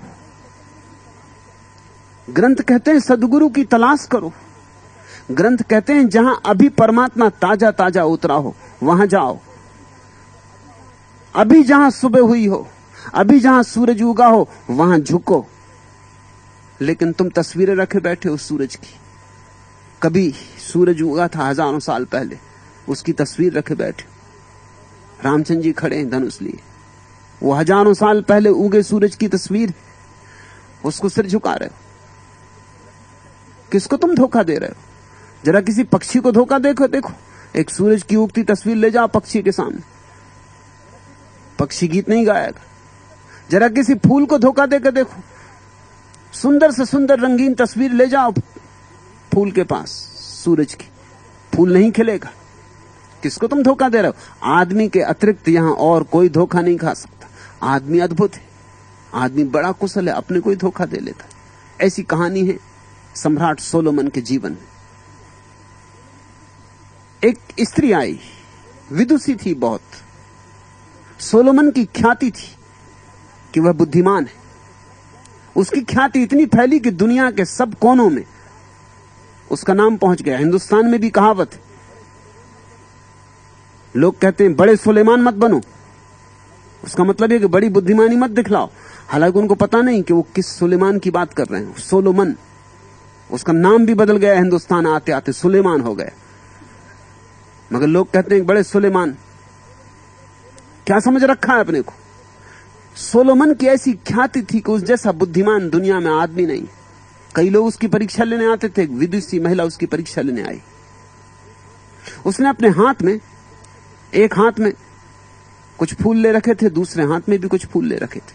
वहां के दरबार में खड़ी हो गई। उसने कहा कि मैं पूछती हूं इसमें कौन से फूल सच्चे हैं, कौन से झूठे। सुलेमान थोड़ा झिझका। फूल बिल्कुल एक से मालूम होते थे। यह भी हो सकता है कि दोनों ही सच्चे हों, यह भी हो सकता है दोनों ही झूठे हों, और यह भी हो सकता है एक हाथ में सच्चे हों और एक में झूठे हों, मगर दोनों एक जैसे थे। किसी बड़े कलाकार ने झूठे फूल तैयार किए थे। उसने कहा एक क्षण, कहा कि द्वार दरवाजे खोल दो, जरा रोशनी कम है, मैं जरा रोशनी ठीक से हो जाए, मैं बूढ़ा आदमी हो गया, आंखों में मुझे दिखाई कम पड़ता है, जरा दरवाजे खोल दो। सब द्वार दरवाजे खोल दिए गए। उसके चारों तरफ महल के बड़ा सुंदर बगीचा है, और एक क्षण बाद उसने बता दिया कि तेरे बाएं हाथ में फूल जो हैं वे सच्चे, और दाएं हाथ में जो फूल हैं वे झूठे। वो स्त्री तो बड़ी चकित हुई, उसके दरबारी भी बड़े चकित हुए। उन्होंने कहा ये जाना कैसे? उसने कहा तुम पूछते हो तो मैं बता देता हूं। मैंने प्रतीक्षा की कि कोई मधुमाखी बगीचे से भीतर आ जाए, क्योंकि वही जांच सकती। एक मधुमाखी आ गई। मैं उसको ही देखता रहा किन फूलों पर बैठती। जो फूल उसने बैठने के लिए चुने वो सच्चे। तुम आदमी को धोखा दे सकते हो, मधुमाखी को तो धोखा नहीं दे सकते। सारे ग्रंथ जीवंत संतों की चर्चा कर रहे हैं, और तुम ग्रंथों को पकड़ के बैठ गए हो। तुम्हारी हालतें ऐसी हैं जैसे रेलगाड़ी में ना बैठ के टाइम टेबल के ऊपर बैठे हुए, चले बैठे टाइम टेबल पर, कहीं नहीं पहुंचोगे, बैठे रहो टाइम टेबल पर। और हिंदुस्तान के टाइम टेबल तो वैसे किसी काम के नहीं। मैंने सुना एक आदमी हुज्जत कर रहा था स्टेशन पर, स्टेशन मास्टर से, कि जो देखो वही गाड़ी लेट है। एक गाड़ी 3 घंटा, दूसरी 7 घंटा, तीसरी 14 घंटा। फिर टाइम टेबल छापते ही क्यों हो? जब सभी गाड़ियां रोज ही लेट होनी है तो टाइम टेबल की जरूरत क्या है? स्टेशन मास्टर का बिना टाइम टेबल के पता कैसे चलेगा कि कौन सी गाड़ी कितने लेट? इसलिए छापते। यहां के टाइम टेबल उनको लिए बैठे हो, बैठे रहो उन पर जन्मों जन्मों तक, कुछ भी ना होगा। कहीं खोजो, परमात्मा अब भी उगता है जैसे सूरज अब भी उगता है। तुम क्यों पुरानी सूरज की तस्वीरें लिए बैठे हो? वे तस्वीरें प्यारी हैं, उन तस्वीरों से कोई विरोध भी नहीं है। वे तस्वीरें परमात्मा की हैं, मगर तस्वीरें हैं। भक्ति का शास्त्र कहता है जीवन से संबंध जोड़ो तो क्रांति घटेगी।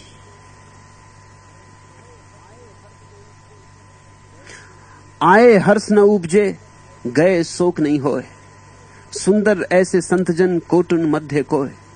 संत वे हैं जिन्हें सफलता मिले कि विफलता, सम्मान मिले कि अपमान, कुछ आए कुछ जाए, भेद नहीं पड़ता। जिनके भीतर सफलता असफलता में कोई भेद नहीं रहा और जीवन मृत्यु में कोई भेद नहीं रहा, जिनके भीतर ऐसा अद्वैत सदा है। सुंदर ऐसे संतजन कोटिन मध्यु कोय, करोड़ों में कभी कोई एकाध ऐसा होता है। मिल जाए तो तुम धन्यभागी हो, मिल जाए तो हर उपाय करना कि छूट ना जाए साथ। सुखदाई शीतल हृदय, देखत शीतल नैन। कैसे पहचानोगे कि जिसके पास पहुंचे हो वो संत है? क्योंकि हम तो अंधे हैं, बहरे हैं, हमारी संवेदनशीलता भी बड़ी क्षीण हो गई है। हम पहचानेंगे कैसे कि कोई संत है? बुद्ध के पास जाके हम जानेंगे कैसे कि बुद्ध के पास आ गए? तो लक्षण देते हैं, सुखदाई शीतल हृदय। जिसके पास बैठ के हृदय शीतल होने लगे, सुख की तरंगें उठने लगे। जिसके पास बैठो तो दुख भूल जाए, जिसके पास बैठो तो संसार ही भूल जाए। थोड़ी देर को किसी दूसरे देश के वासी हो जाओ। सुखदाई शीतल हृदय, देखत शीतल नैन। जिसकी तरफ देखो तो आंखें शीतल हो जाएं। जिसकी वाणी सुनो तो भीतर संगीत उठने लगे। जिसकी मौजूदगी में तुम जैसे हो वैसे ना हो रह जाओ, किन्हीं ऊंचाइयों पर उड़ने लगो जो तुमने कभी सपनों में भी नहीं देखी। किसी और लोक में विचरण करने लगो, कोई नए द्वार खुल जाएं, तो बस पहचान हो गई। ऊपर ऊपर के लक्षण नहीं गिना रहे हैं। ख्याल रखना कि धूप में खड़ा हो, कि कांटों की सैया बनाई हो, उस पर लेटा हो, कि इतने उपवास किए हो। ये तो कोई भी कर सकता है, ये तो कोई भी सरकसी कर सकता है। ये तो करते ही लोग जिनके दिमाग खराब हैं वे ही हैं। अब कांटों की सैया पे लेटने की क्या जरूरत है? संसार कोई कम कांटों की सैया है कि अब और कांटों की सैया बना रहे? फिर उसमें भी तरकीबें होती। तुमको भी लेटना हो तो उसकी तरकीब होती, सीखने का उसका क्रम होता है, ढंग होता है। तुम चले जाना, डॉक्टर से पूछ लेना। तुम्हारी पीठ में ऐसे बहुत से हिस्से हैं जहां किसी तरह की पीड़ा का अनुभव नहीं होता। तुम अपने घर में अपने छोटे बच्चे को कहना कि जरा सुई लेके 10-25 जगह मेरी पीठ में चुभा, तुम हैरान हो जाओगे। कुछ जगह चुभाएगा पता चलेगा, कुछ जगह चुभाएगा पता ही नहीं चलेगा। वो चुभाता रहेगा और तुमको पता नहीं चलेगा। तुम्हारी पीठ में ऐसे बहुत से बिंदु हैं जहां सुई चुभाने से पता नहीं चलता, बस उन्हीं बिंदुओं पर कांटे होने चाहिए। फिर मजिस तुम सो जाओ कांटे की सेज पर। ये सब सरकसी खेल है, इसका कोई भी मूल्य नहीं। ऐसा ही उपवास भी है। तुम्हें शायद पता नहीं है कि अगर तुम समझ लो तो भूल के उपवास ना करो। और मैं उन उपवासों का विरोध नहीं कर रहा हूं जो चिकित्सा की दृष्टि से किए जाएं, वे ठीक है। शरीर में कोई खराबी है और शरीर को विश्राम की जरूरत है, जरूर उपवास कर लेना, लेकिन उसका कोई धार्मिक मूल्य नहीं है। स्वास्थ्य के लिए कीमती है। जो लोग लंबे उपवास करते हैं धर्म के नाम पर, उनको पता नहीं वो क्या कर रहे हैं। वो मांसाहार कर रहे हैं, वो अपना ही मांस खा रहे हैं। जब भी तो रोज 1 किलो वजन कम हो जाएगा। वो 1 किलो वजन कहां गया पता? पचा गए। शरीर में दोहरे यंत्र हैं।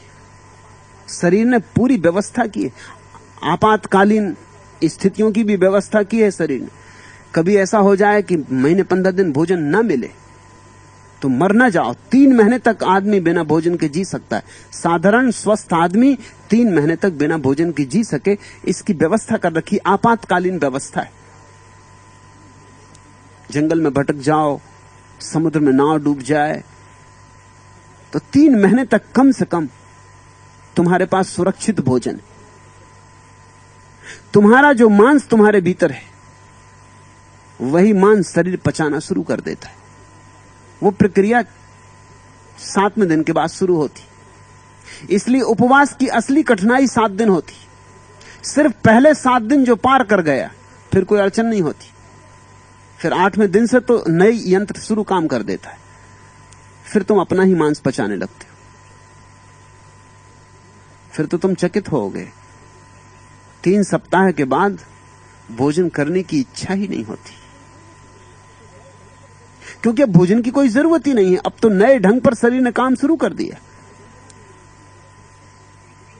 अभी वंदना ने यहां किया, किसी ना समझ ने समझा दिया होगा कि उपवास करो, उपवास से बड़ा ध्यान बढ़ता है। उसने उपवास कर लिया, अब उसकी भूख मर गई। अब भोजन करना चाहती है तो भूख नहीं। अब भोजन करना मुश्किल हो रहा है। अब कल मुझे पत्र लिखा कि अब क्या करूं मैं, रोज शरीर क्षीण होता जा रहा है, भोजन की कोई इच्छा पैदा होती नहीं, कुछ अगर जबरदस्ती ले लेती हूं तो वमन हो जाता है।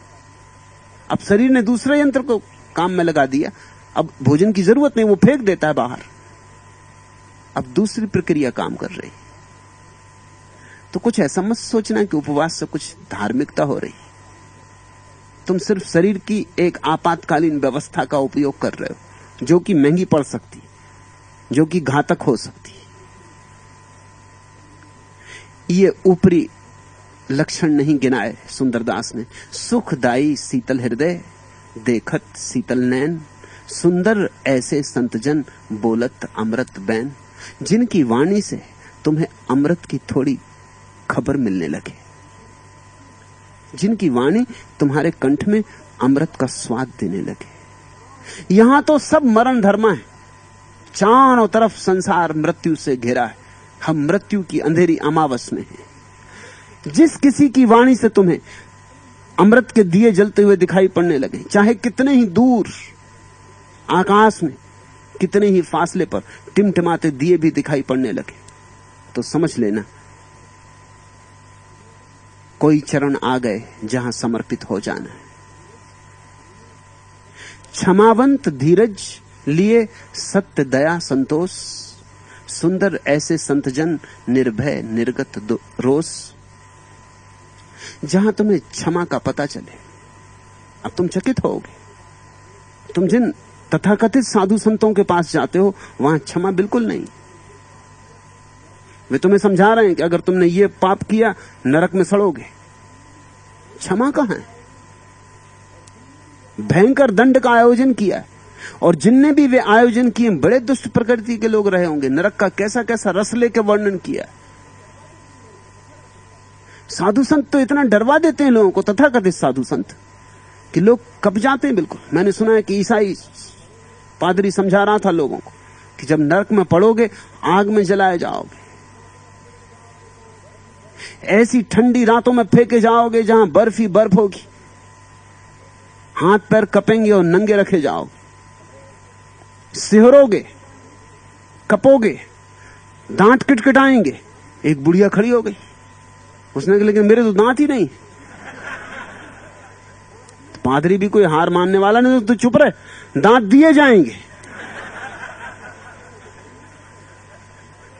मगर किटकिटाने तो पड़ेंगे। दांत तक का उसने बताया कि इंतजाम है वहां। जिनके दांत नहीं है, बर्फ में फेंकने के पहले दांत दे दिए जाएंगे, नकली किलो लगाओ, मगर किटकिटाने तो पड़ेंगे ही। किटकिटाने से तो कोई छुटकारा नहीं। आग में जलाए जाएंगे, कीड़े मकोड़े तुम्हें खाएंगे, प्यास लगेगी, पानी सामने होगा और पी ना सकोगे, और अनंत अनंत काल तक ये दुर्दशा की जाएगी। और तुमने पाप क्या किया था? किसी ने सिगरेट पी ली थी, या कोई कभी दिवाली आ गई जुआ खेल लिया था। तुम्हारे पाप इतने छोटे, और तुम्हारे तथाकथित पंडित पुरोहित दंड तुम्हें इतने बड़े दे रहे हैं। पाप ही क्या है? कौन से बड़े पाप कर लिए? सब छोटे मोटे पाप है। पाप कहना नहीं चाहिए, छोटी मोटी भूलें हैं जो बिल्कुल मानवीय।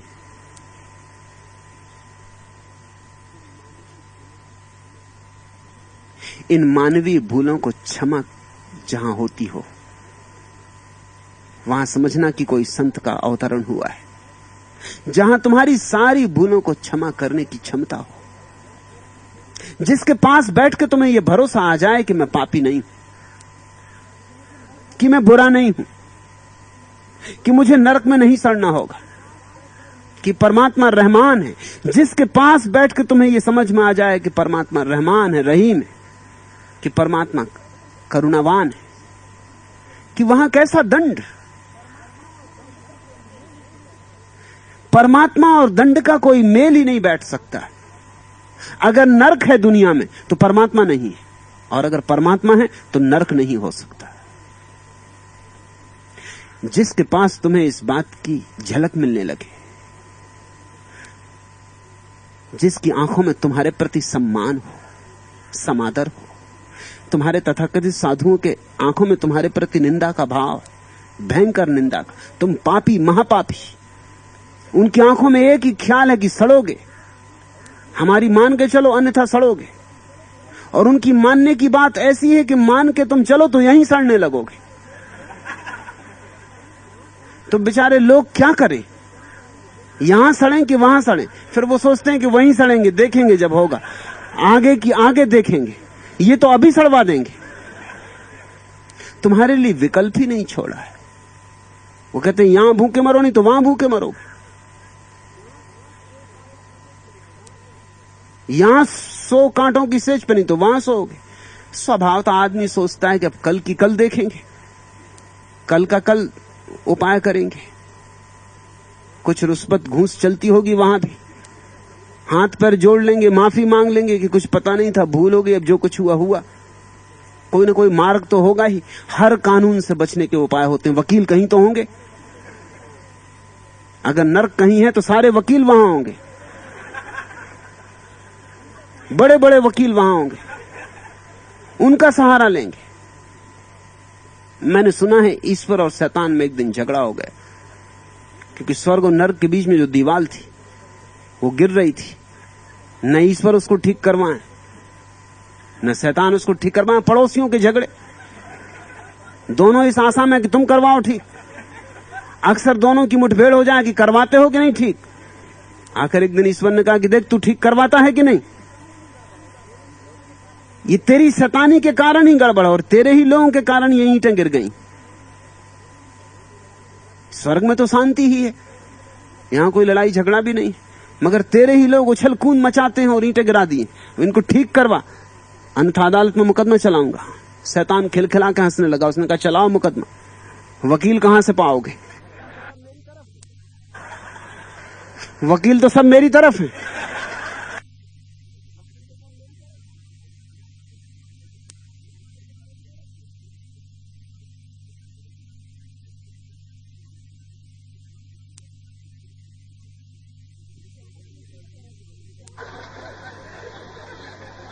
तो आदमी सोचता है कि वकील मिल जाएंगे, वहां कोई प्रार्थना पूजा का उपाय होगा, कोई पंडित मिल जाएंगे, यज्ञ हवन करवा देंगे। यज्ञ हवन से तो क्या नहीं होता, विश्व शांति तक हो जाती। तो क्या रखा है, एक हृदय की शांति ना हो सकेगी। ऐसे ऐसे बड़े बड़े पंडित पड़े हैं इस देश में, सारे विश्व की शांति करवा देते। अहमदाबाद में करवा देते हैं यज्ञ, सारे विश्व में शांति कभी होती ही नहीं, यज्ञ होते रहते। मगर आदमी सोचता है कि चलो एक आध की तो करवा देंगे। मंत्र ताबीज वाले गुरु होंगे, किसी ताबीज ले लेंगे, किसी का मंत्र ले लेंगे, देखेंगे कल की कल देखेंगे। अभी तो कोई मरे नहीं जाते। तो आदमी स्वभाव था कल पे छोड़ देता है। और साधुओं ने विकल्प नहीं छोड़े हैं तुम्हारे, यहां सड़ो या वहां सड़ो, तुम्हारे पीछे ही पड़े जैसे तुम्हें सड़ाना ही। और तुम्हारी हर चीज की निंदा है। तुम्हारा प्रेम पाप है, तुम्हारा जीवन पाप है, तुम्हारा उठना बैठना सब पाप है। देखते हो तेरापंथी मुनि नाक पे पट्टी बांधे सांस लेना पाप है। गुनाहों का तो कोई अंत ही नहीं। नाक पे पट्टी क्यों बांधे पता? कि गर्म सांस जो निकलती उसमें कहीं कोई छोटे मोटे कीड़े हवा में उड़ते हुए मर ना जाए, उनको बचाने के लिए। अगर वो मर गए तो फंसे, फिर किटकिटाओ दांत। इससे बेहतर मुंह पे पट्टी बांधो। मगर पानी तो पियोगे, कितना ही छान के पियो, उसमें जीवाणु होते ही। और तुम्हारी मुंह पट्टी कितनी ही हो, जब तक सांस लोगे वायु में जीवाणु होते ही। कम जाएंगे।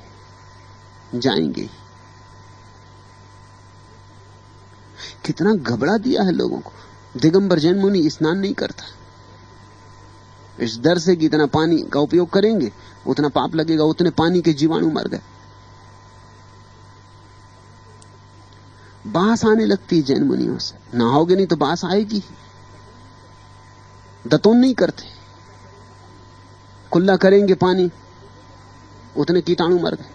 तुम जीने दोगे आदमी को कि नहीं? कुल्ला तक नहीं करने देने की सुविधा छोड़ रहे हो, नहाने नहीं देना चाहते, भोजन न करने देना चाहते हो। चाहते क्या हो?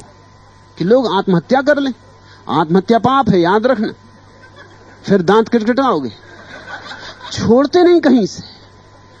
एक बात का पक्का कर लिया है कि तुम्हारे दांत किटकिटाने, कोई भी तरह से हो, तुम्हें नरक में सड़वाना है। ये ठीक सिद्ध पुरुषों के लक्षण नहीं। क्षमावंत, धीरज लिए, सत्य, दया, संतोष, सुंदर ऐसे संतजन, निर्भय, निर्गत रोष। उनमें कोई रोष नहीं, क्रोध नहीं, असंतोष नहीं, दया है, ममता है, करुणा है।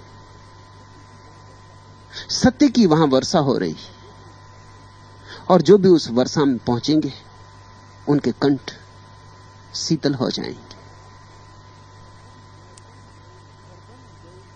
घर बन दो सारिखे सबते रहत उदास। संतों को घर और जंगल एक जैसा है। वे घर के विपरीत जंगल नहीं चुनते, उन्हें सब बराबर है। घर तो घर, जंगल तो जंगल। वे तटस्थ हैं। उदास का अर्थ होता तटस्थ। उदास का अर्थ उदास मत समझ लेना। उद आस का अर्थ होता उनको अब कोई आशा नहीं, किसी चीज से कोई आशा नहीं, किसी चीज से कुछ लेना नहीं, कुछ मांगना नहीं, कोई अपेक्षा नहीं। तटस्थ भाव से, जहां है ठीक, जैसे हैं ठीक। सुंदर संतन के नहीं जीवन मरण की आस। न तो जीवन में कोई रस है, न मरने में कोई रस है। कई लोग हैं जिनको मरने में रस है। वो कहते हैं, हे प्रभु कब छुटकारा हो जीवन से।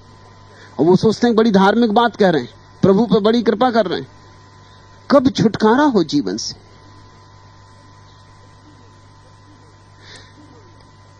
मृत्यु मांग रहे हैं। नहीं, संत तो वही है जो कुछ भी नहीं मांग रहा है, ना जीवन न मृत्यु। जीवन दो तो ठीक, मृत्यु दो तो ठीक। जो आए ठीक, जैसा आए वैसा ठीक, जैसा आए वैसा सर्व स्वीकार है। धोबत है संसार सब, गंगा माँ है पाप। सुंदर संतन के चरण गंगा बंछे आप। सुंदरदास कहते हैं सारे लोग गंगा में पाप धोने जाते। बेचारी गंगा की भी तो कुछ सोचो। इतने पाप इकट्ठे होते जा रहे होंगे, गंगा क्या करे? गंगा संतों के चरणों की आशा रखती। गंगा स्वयं चाहती संतों के चरणों में बहे।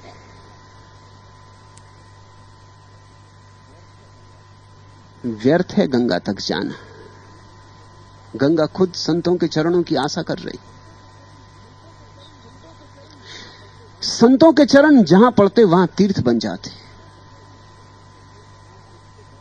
संत जहां उठते बैठते वहां मंदिर उठ जाते। तो मंदिरों में क्या जा रहे हो? ये केवल खबरें हैं कि यहां कभी कोई संत उठा बैठा होगा। तीर्थों में क्या जा रहे हो?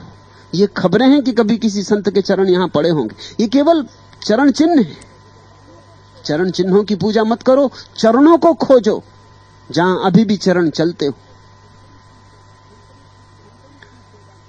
संतन की सेवा किए सुंदर रीछे आप।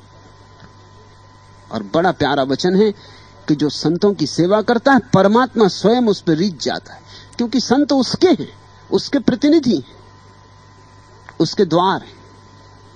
जा को पुत्र लड़ाइए अति सुख पावे बाप।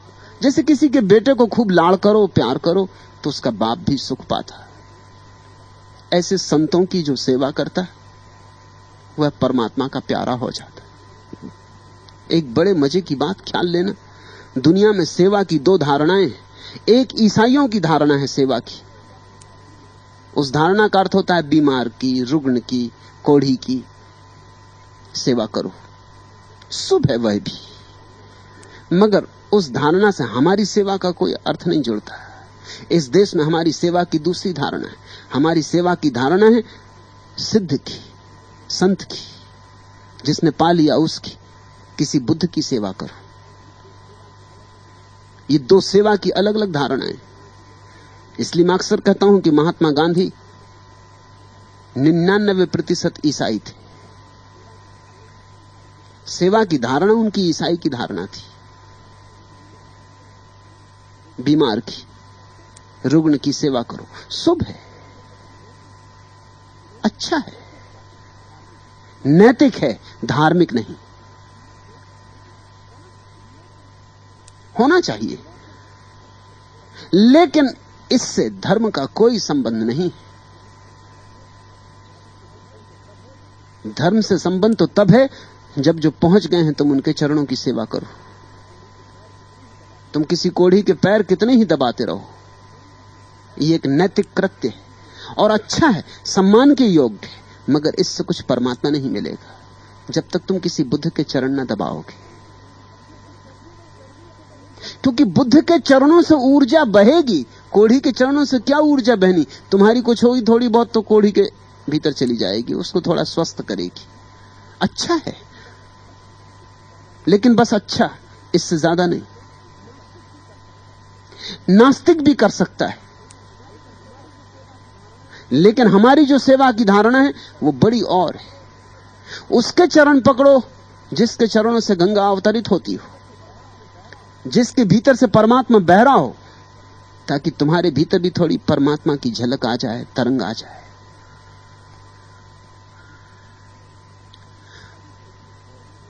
हरि भजी बौरी हरि भज, तज नवहर कर मोह, जीव लिनहार पठाई, एक दिन होई बिछो। तो कहते हैं याद कर लो हरि को, प्रभु को याद कर लो, संतों के चरण पकड़ लो, समागम कर लो। क्योंकि ये जो घर तुमने अपना घर समझ रखा है, ये घर नहीं है। ये ऐसे है जैसे नैहर, जैसे कोई जवान होने लगी लड़की, मां के घर को तो छोड़ के जाना पड़ेगा। ये घर सदा नहीं रह सकती, जल्दी ही लिवाने वाला आ जाएगा, जल्दी ही बारात आएगी, जल्दी ही घोड़े पे सवार दूल्हा आएगा और जाना पड़ेगा। ये घर तो छूटेगा। ऐसा ही ये संसार है, ये हमारी मां का घर, ये पृथ्वी का घर, पृथ्वी हमारी मां। प्यारा आएगा, मौत में प्यारा ही आता है, हम पहचान नहीं पाते क्योंकि हम अंधे। वही हाथ फैलाता, हम घबरा जाते। हमने जोर से इस घर को अपना घर मान लिया है। ये धर्मशाला है, यहां थोड़ी देर रुकना है और कुछ सीख लेना, कुछ पाठ। यहां पकना है, लेकिन तैयारी करनी उस घर जाने की। हरि भज बौरी हरि भज, पागलो हरि को भजो, तेज नैहर को मोह, नहर का मोह छोड़ो। जीव लिनहार पठाई, जब लेने वाला आएगा एक दिन होई बिछो। यहां से तो जाना है। एक बात जिसे याद रहे कि यहां से जाना है, यहां से जाना है, यहां से जाना है, उसके जीवन में क्रांति हो जाती, क्योंकि फिर चीजों को जोर से नहीं पकड़ता, उपयोग कर लेता है संसार का, वस्तुओं का उपयोग कर लेता है, लेकिन मालिक रहता है, गुलाम नहीं बन पाता। आपहु आप जतन करूं, जो लगी वारी बयस। और जब तक उम्र छोटी है, जब तक कच्चे हो, तब तक यहां रहना है। पकाओ अपने को, प्रौढ़ हो जाओ कि फिर यहां न रहना है, न यहां लौटने की जरूरत पड़ेगी। आन पुरुष जिन भेंटियू केहू के उपदेश। तैयार करो अपने को, किसी का उपदेश सुन के तैयार करो, ताकि जब परम पुरुष लेने आए तो तुम्हें वरे, तुम्हें गले लगाए, तुम्हें स्वीकार करे। जब लग हो सयानी तब लग रह समारी। और जब तक सयानापन ना आ जाए, जब तक भीतर सिद्धावस्था ना आ जाए, तब तक संभाल के रखना अपने को। जैसे जवान लड़की अपने को संभाल के रखती, अपने कुंवारेपन को संभाल के रखती, क्योंकि उसका प्यारा आएगा। ये कुंवारापन उसी की भेंट है, यह हर किसी को नहीं दिया जा सकता। जब लग हो समानी तब तक रहिब समारी, केहू तन जिन चितहु ऊंचाई दृष्टि पसारी। जब तक अपना प्यारा ना आ जाए तब तक किसी पर आंख डालना ही मत। यहां आंख डालने योग्य और कुछ है भी नहीं, यहां मोह लगाने योग्य कुछ है भी नहीं। मोह लगाना तो उस प्यारे से लगाना, प्रेम लगाना तो उस प्यारे से लगाना, या अगर वो प्यारा दिखाई ना पड़े तो उस प्यारे के प्यारों से लगाना। यह जोबन पिए कारण नीके राखी जुगाई। ये तो उसी प्यारे के लिए है, ये जो भीतर फूल खिल रहा है चैतन्य का, ये जो जीवन की अद्भुत ऊर्जा भीतर निर्मित हो रही, ये तो उसके ही चरणों में चढ़ानी है। यह जोबन पी कारण, यह यौवन, यह जवानी, यह फूल जीवन का, उसके ही चरणों में चढ़ना चाहिए, किसी और के चरणों में नहीं। और सब व्यर्थ है, सावधान रहना। बौद्ध कथाओं में एक प्यारी कथा है। सुदास एक चम्हार एक दिन सुबह उठा, अपने पीछे मकान के पीछे अपनी छोटी सी तलैया में पाया कि एक कमल का फूल खिला है बेमौसम। हैरान हुआ, बेमौसम फूल नहीं खिलते, कभी नहीं खिला था, और इतना बड़ा फूल। तोड़ के सोचा कि बाजार जाऊं और बेचाऊं, आज दाम अच्छे मिल जाएंगे, कोई धनी ले लेगा। चला बाजार की तरफ। रास्ते पर गांव के सबसे बड़े धनी से मिलना हो गया, बाजार तक जाना भी ना पड़ा। वो अपने स्वर्ण रथ पर बैठकर कहीं जा रहा था, शायद सुबह के लिए हवाखोरी को निकला हो। इसके हाथ में कमल का फूल देख के उसने कहा कि रुक सुदास, कितने दाम लेगा? सुदास ने कहा मालिक, बेमौसम का फूल है, इतना बड़ा फूल मौसम में भी नहीं खिलता, क्या देंगे आप? सुबह सुबह मौसम था और सुदास को पता नहीं था कि धनी क्यों इतना प्रसन्न था। उसने कहा कि 100 स्वर्ण मुद्राएं दूंगा, दे दे मुझे। सोचा भी नहीं था 1 स्वर्ण मुद्रा मिल जाए, ये भी नहीं सोचा था। 100 स्वर्ण मुद्राएं? सुदास थोड़ा चौंका, लोभ पकड़ा मन को कि अगर 100 मिल सकती तो शायद बाजार में जाऊं, ज्यादा मिल सकती, क्या पता मामला क्या है। तो उसने कहा कि नहीं मालिक, बहुत कम है। लेकिन तभी वजीर का रथ भी आके रुक गया और वजीर ने कहा बेच मत देना, जितना नगर सेठ देता हो 10 गुना मैं दूंगा। सुदास ने कहा पागल ना हो जाएं, वो 100 स्वर्ण मुद्राएं दे रहा, आप 10 गुनी देंगे, 1000 स्वर्ण मुद्राएं। वजीर ने कहा रहा, फूल दे दो। अब तो सुदास और मुश्किल में पड़ गया। 1000 स्वर्ण मुद्राएं, और तभी राजा का रथ भी आके रुक गया। और राजा ने कहा सुदास, जो मांगेगा दूंगा, बेच मत देना। सुदास ने कहा 10,000 स्वर्ण मुद्राएं देंगे। छाती धड़कने लगी सुदास की, मांगते भी हिम्मत नहीं हो रही थी, मगर जब 1000 मिल सकती तो 10 भी मिल सकती। सम्राट ने कहा 10 नहीं, जितना तू कहेगा उतना दूंगा, फूल ले आ। सुदास ने कहा मालिक, क्या मैं पूछ सकता हूं मामला क्या है? मैं पागल हुआ जा रहा हूं, इस फूल में ऐसा क्या है?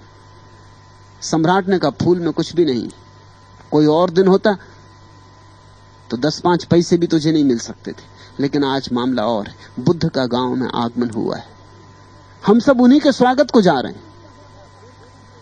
कौन नहीं चाहेगा बेमौसम के कमल के फूल को बुद्ध को चढ़ाना? तू ला फूल मुझे दे। सुदास एक क्षण ठिठका और उसने कहा मालिक, फूल नहीं बिकेगा। सम्राट ने कहा क्या? सुदास ने कहा नहीं, फूल नहीं बिकेगा। जब 10,000 स्वर्ण मुद्राएं दे के आप फूल चढ़ाना चाहते हैं तो जरूर फूल के चढ़ाने में ज्यादा लाभ होगा, मैं ही चढ़ाऊंगा फूल। सुदास गरीब है, सुदास ने कहा, लेकिन इतना गरीब नहीं, ये फूल बुद्ध के चरणों में मैं ही चढ़ाऊंगा। जब बुद्ध आते हो तो फूल बिकेगा नहीं, मुझे तो पता ही नहीं था। अब मैं समझा कि ये फूल खिला भी क्यों बेमौसम में, ये उनके आने के कारण ही खिला होगा।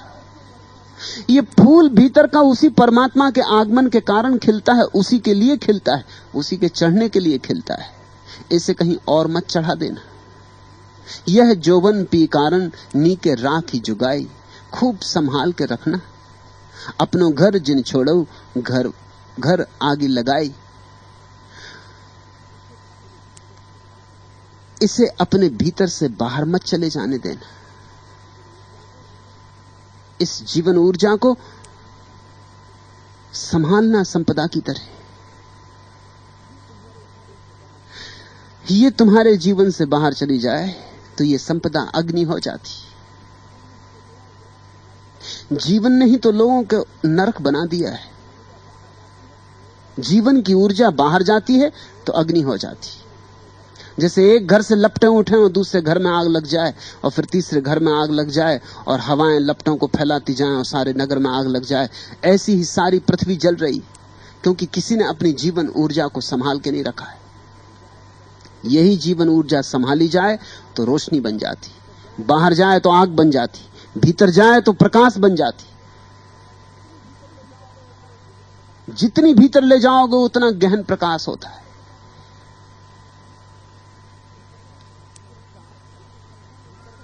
चुपचाप भीतर का ताप सहो, उसे शब्दों में मत कहो, शीतल उसे करो कर्मों की रेवा में, सेवा की शिखरनी से स्नेह के समुद्र तक उसको उतरने दो, फैलने दो, फलने दो, फूलने दो ताप को, अगजग की तरंगों में भूलने दो अपने आप को। ताप तो प्रकाश है, उसमें जलो नहीं, उसके सहारे देखो, केवल चलो नहीं।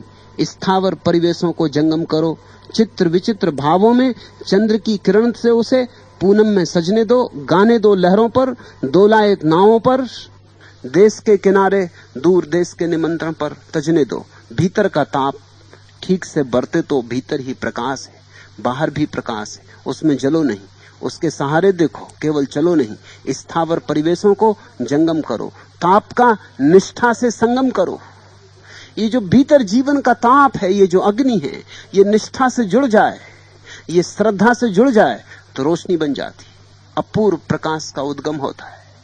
उस अवस्था को ही बुद्धावस्था कहा है। यह विधि तन मन मारे, दुई कुल तारे सोई। इस तरह अगर तुमने अपनी जीवन ऊर्जा को संभाला तो इस विधि के द्वारा तन भी जाता, मन भी जाता, तुम तन और मन के पार चले जाते। दुई कुल तारे सोई, यह जगत भी मिट जाता, वह जगत भी मिट जाता, तुम दोनों के पार हो जाते, द्वंद्व के पार हो जाते और निर्द्वंद अर्थात निर्वाण। दुई के पार हो जाना अर्थात मोक्ष। सुंदर अति सुख बिलसई, कंत प्यारी होई। और उसी निर्वाण में उस प्यारे से मिलन है, वह निर्वाण उस प्यारे से विवाह है, वह निर्वाण उस प्यारे में डूब जाना, एक हो जाना। सुंदर अति सुख बिलसई, कंत प्यारी होई। ऊर्जा तुम्हारे पास है, चाहो तो जलो, चाहो तो जगो। सूत्र सीधे साफ है, मगर खोज लो कोई चरण। चरण चिन्हों पर मत अटके रहो, जीवंत चरण चाहिए। कभी कभी पास आके लोग भटक जाते, सावधान रहना, बहुत जतन करना। जीवन एक कला है, जो उसे ठीक से जीते वे परमात्मा को उपलब्ध हो जाते। आज इतना ही।